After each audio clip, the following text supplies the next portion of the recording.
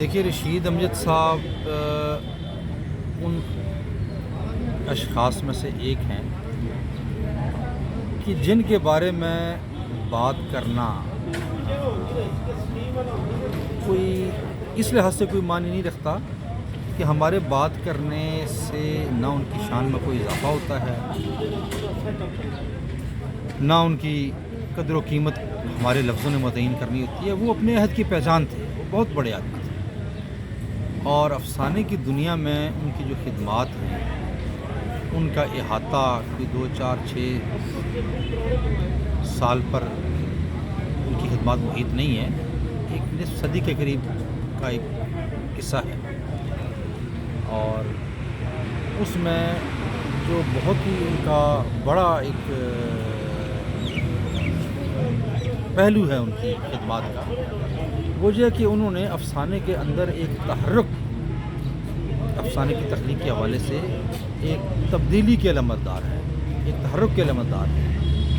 علامتی افسانے کے حوالے سے ان کے تجربات نے کچھ جو رفقا کے ساتھ مل کر ان کے جو تجربات تھے انہوں نے ایک عالم کو متصل کیا، اور وہ تجربات آج تک جو ہے وہ مباحث کی زینت بنتے ہیں۔ اور یہ الگ بات کہ ہر تجربہ جو ہے وہ 100% کامیاب نہیں ہوتا، لیکن ہر تجربہ اپنے کچھ اثرات جو ہیں وہ چھوڑ جاتا ہے۔ ان کی افسانے کے حوالے سے ان کے جو تجربات تھے، صرف علامتی افسانے کی تو ایک تحریک تھی، لیکن اس کے علاوہ بھی زبان کے حوالے سے ان کا ایک مخصوص ایک انداز تھا، ان کی اپنی جو سادہ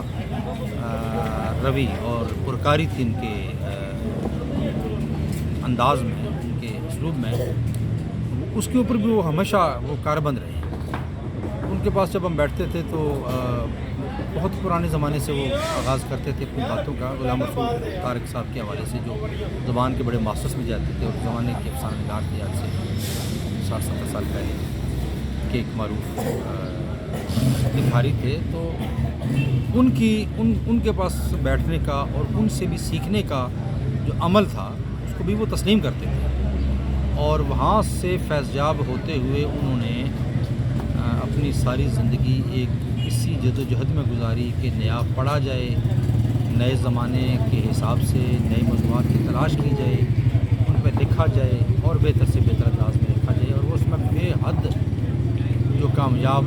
مصنفین ہیں ان میں ان کا شمار کیا جا سکتا ہے۔ اور پنڈی میں خاص طور پر پنڈی اسلام آباد میں افسانے کے حوالے سے اتنی بڑی تحریک پیدا ہوئی تھی، وہ اتنی بڑی تحریک پیدا ہوئی تھی کہ پوری دنیا میں اس کا تذکرہ، بلکہ میں سمجھتا ہوں کہ تاریخ میں وہ تذکرہ ہمیشہ کے لیے زندہ رہے گا۔ تو یہ میں بہت مختصر الفاظ میں ان کے بارے میں یہ چند باتیں، ورنہ رشید امجد صاحب کے اوپر تو بہت کچھ لکھا جائے گا اور عرصہ دراز تک لکھا جاتا رہے گا۔ ان کی اتنی خدمات کی فہرست اتنی طویل ہے اور ان کا کام اتنا وسیع ہے کہ اس کے اوپر بڑے بڑے نکات لکھیں گے، اور لکھا جا بھی چکا ہے بہت سارا، لیکن جو انسان کی وفات کے بعد جو اس کے کام کی جو قدر متعین کی جاتی ہے وہ اصل قدر ہوتی ہے، اور انشاءاللہ وہ قدر جو ہے وہ متعین ہونے والی ہے، اور ان کا جو کلام ہے وہ ایک بڑی قدر کے ساتھ جہاں لکھا جائے گا۔ نوازش